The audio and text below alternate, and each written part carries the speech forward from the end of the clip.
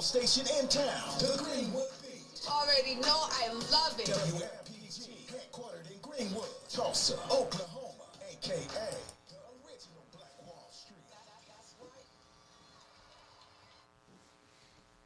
Assalamu alaikum. This is your brother, student minister Alvin Muhammad, and I want to welcome you back to the Trumpet on Greenwood. We've been out of the office a few weeks as we have been organizing for our first anniversary of the 28th anniversary, of the Million Man March here in Tulsa, Oklahoma. It was quite an experience. We've learned a lot, and we're looking forward to the coming years to celebrate this event here in Tulsa, Oklahoma. We believe that without doubt it will grow to be one of the most biggest or the largest gathering of black folks, black people in the state of Oklahoma, with the purpose of establishing peace. That is our wish, that is our faith, and that is the subject that we will be talking about today: faith, the power of faith. So again, thank you all for tuning in to the Trumpet on Greenwood, on the Greenwood Beat this weekend. Looking forward to getting back in the seat and staying with you on a weekly basis. Let me begin by saying that I bear witness that there is no God but Allah, and I bear witness that the most honorable Elijah Muhammad is his messenger, and I further bear witness that Minister Louis Farrakhan is indeed the divine reminder in our midst. I greet you, listening audience, in the Arabic words of peace and paradise. Assalamu alaikum. Again, today's subject is faith. And this is something that we really need to develop within ourselves and within our community, because we are in a society that is full of hopelessness. So we have to encourage our brothers and sisters, particularly our youth, and show them the power of faith. So that is the subject that we will be speaking on today: faith, the power of faith. In Hebrews 11:1, it reads, "Now faith is confidence in what we hope for and assurance about what we do not see." And as we begin the process of organizing for the Tulsa's observance of the 28th anniversary of the historic Million Man March held October 13th through 15th of this month, we were confident that this event will grow to be one of the most successful events in the city. We have assurance in our Creator of our success because our motives and desires are in line with His will for us to stop the senseless killing that occurs within our city and nationwide. Peace is what we seek in our homes, in our streets, in our neighborhoods. But peace is not something we just sit around and wish for. Peace is something we must work to establish. This is the sentiment of many of the local leaders who spoke at our community rally for peace, which closed out our weekend celebration on Greenwood on Sunday, October the 15th. While our first anniversary of the Million Man March motorcycle rally was not as large as other motorcycle rallies, the Greenwood Chamber of Commerce local organizing committee was able in less than 3 months to establish a footprint in our city that we believe will grow to be named among the larger motorcycle rallies nationwide. This is our faith, and we have a powerful God. Our theme was stop the killing, and our goal was peace. Matthew 5:9 reads, "Blessed are the peacemakers, for they will be called the children of God." And in Zechariah 4:10 it reads, "Do not despise these small beginnings, for the Lord rejoices to see the work begin." Our work has begun in Tulsa and in the state of Oklahoma to address the increasing violence that is invading the peace of our neighborhoods and the very sanctity of our homes.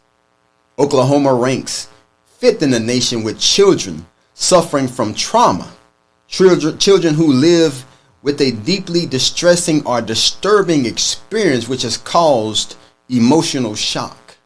So we should not be surprised with the rise in violent teen crimes we now see in Tulsa and around the nation, when so many of our children suffer from emotional shock.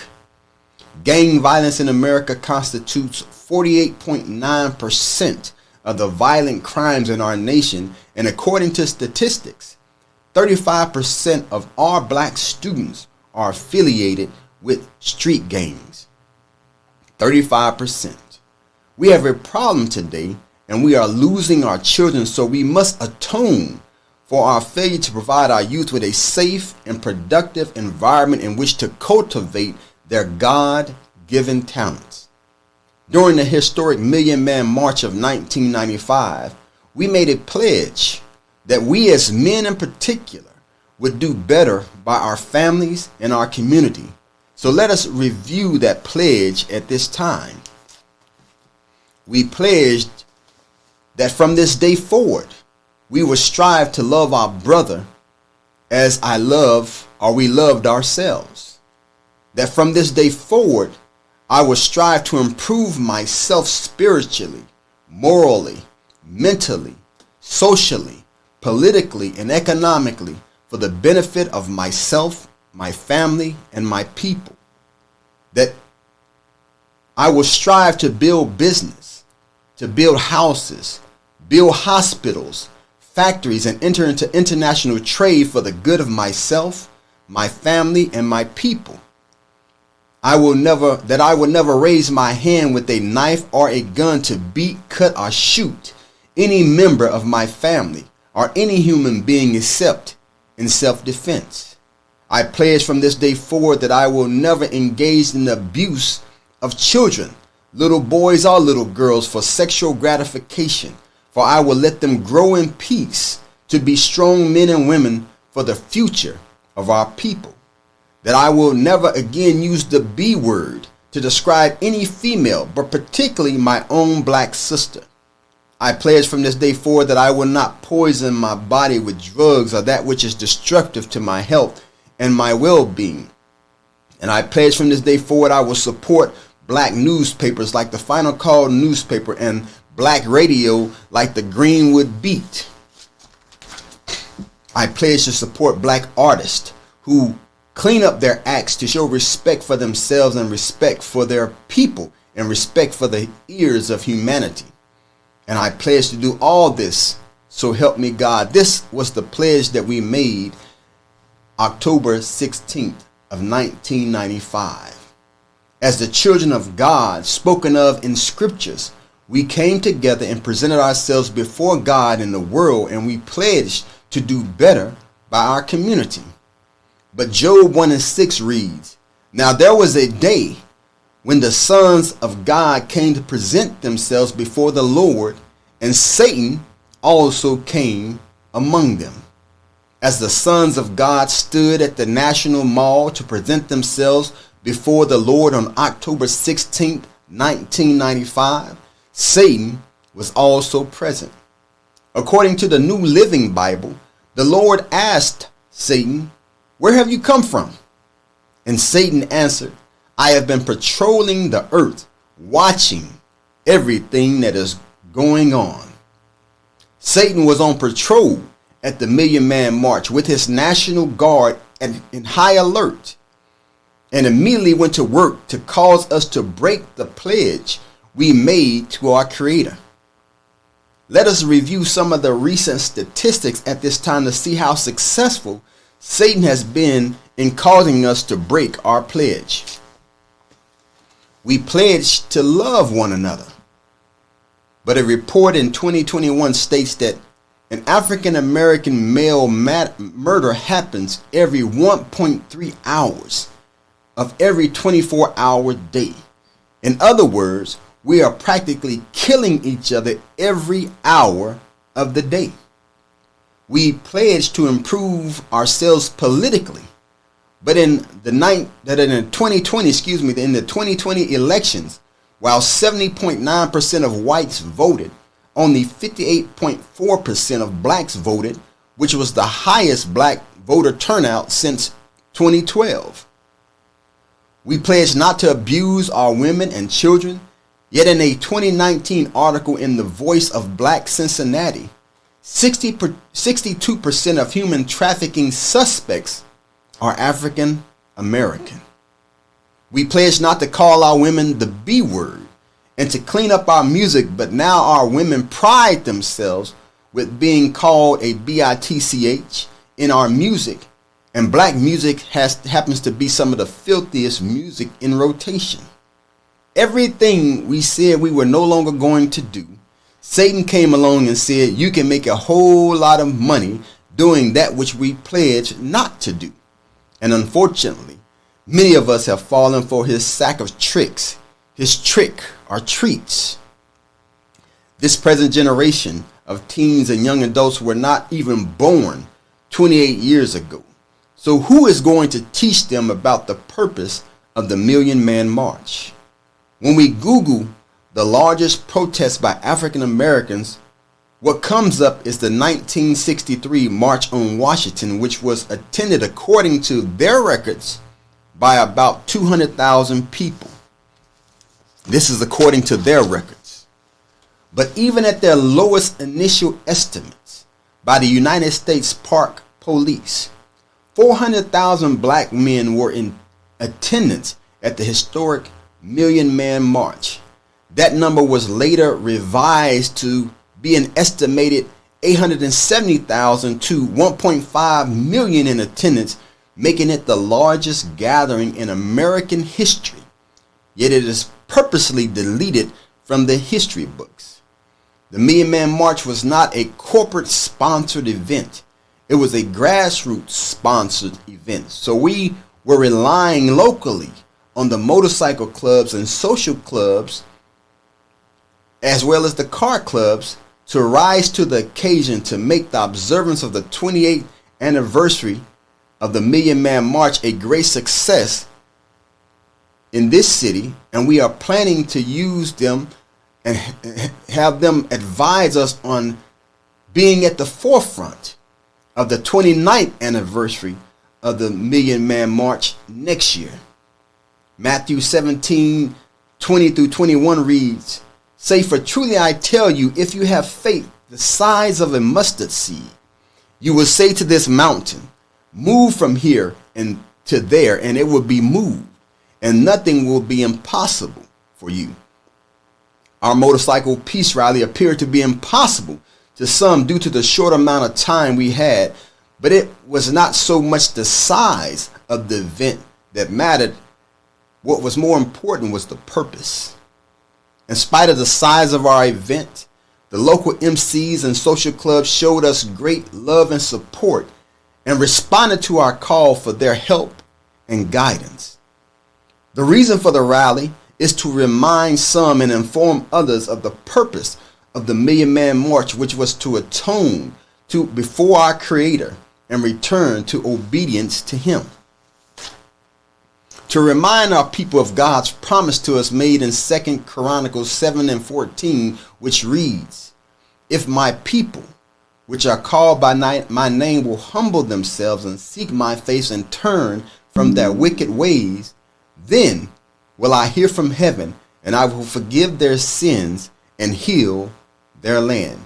This is the purpose of our observance of the 28th anniversary of the Million Man March here in Tulsa, which was declared a day of responsibility by former Tulsa Mayor Dewey Bartlett. In numerology, the number 28 represents a word from the angels, indicating that you will attain an abundance of prosperity via teamwork, hard work, and optimism, resolve, and enthusiasm.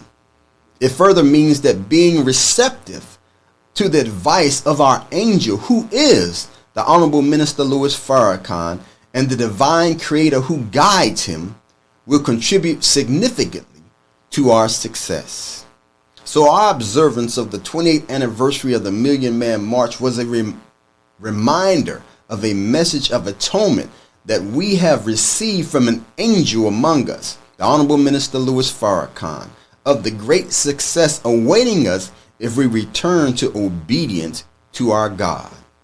The reason we called on the motorcycle clubs is an attempt to redirect the negative energy of our youth so that the 35% of those associated with street gangs can be connected to the 99% of motorcycle clubs and social clubs who do positive work in our community.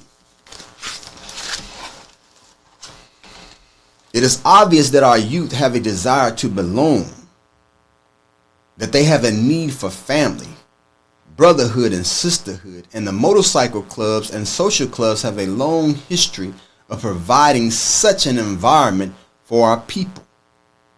In closing, brothers and sisters, on Monday, October 16th of this year, the Honorable Minister Louis Farrakhan and the Nation of Islam filed a lawsuit against the Anti-Defamation League for the misuse of the word anti-Semitic.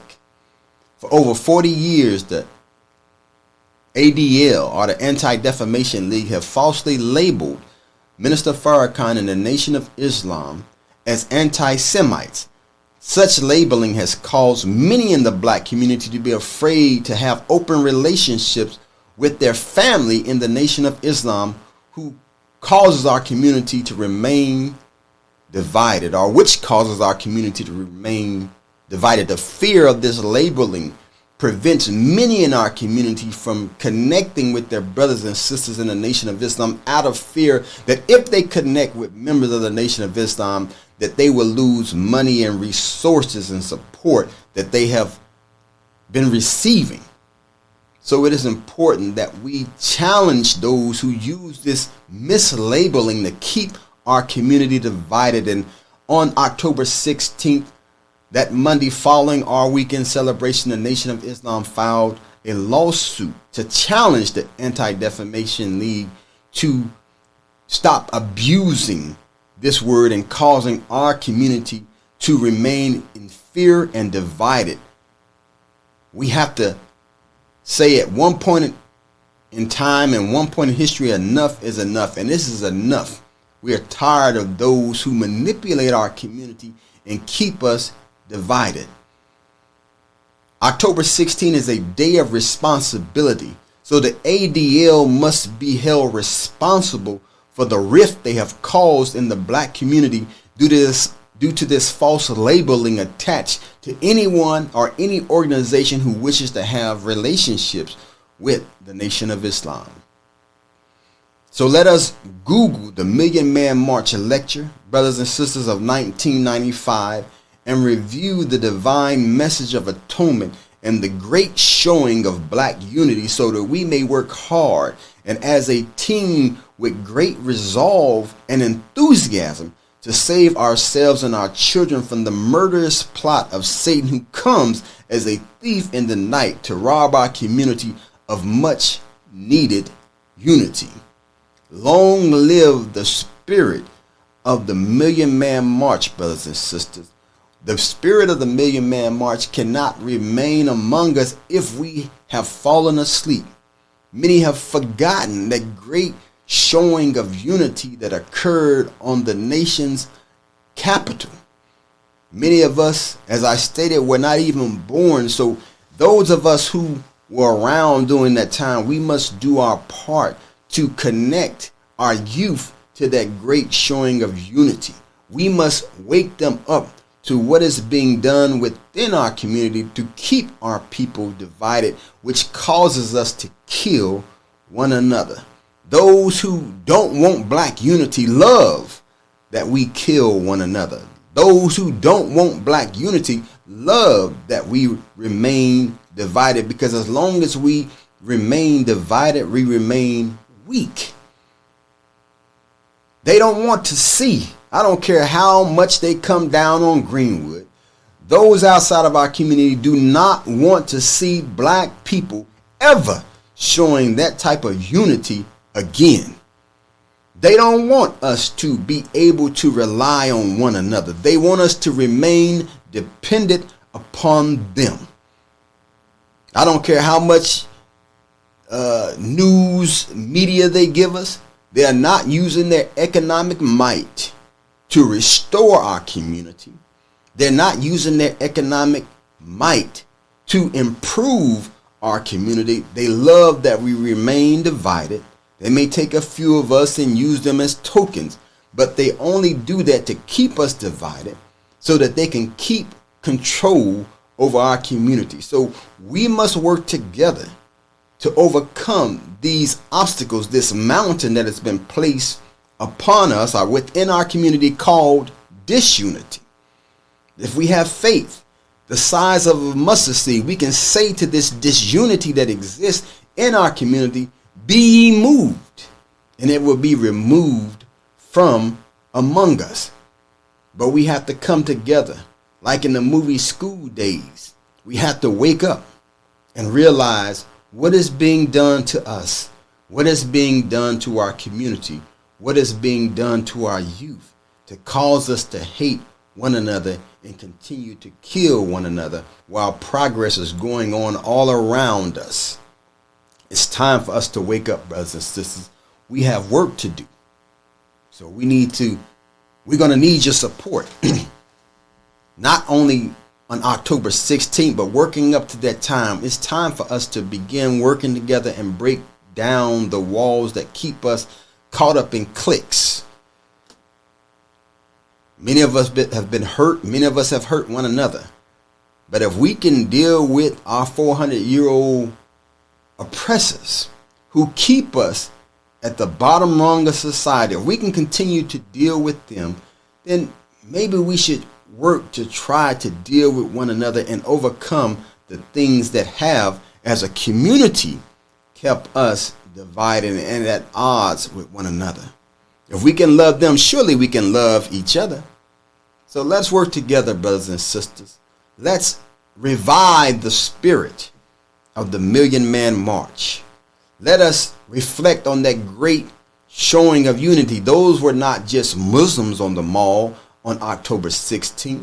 Those were Christians. Those were Muslims. Those were Hebrews. Those were individuals who had no religion. But over 2 million black men gathered in Washington, D.C., and not one incident. You know, when we have a party in the hood, if we gather, maybe 50 to 60 of us, and all of a sudden we hear shooting or somebody got hurt. Can't go to a football game today where we are gathered and somebody not get shot, as was the case over at McLean and other schools, that school games that occurred within this city. But here we have over 2 million black men. We had gang members out there. We had all form of gang members out there. People who were on motorcycles. We had brothers from every walk of life. Yet you did not hear one incident, one fight, because God's hand was over that meeting. So it's important for us to go back and study that lecture and review our pledge to restore our community and share that pledge with the younger generation.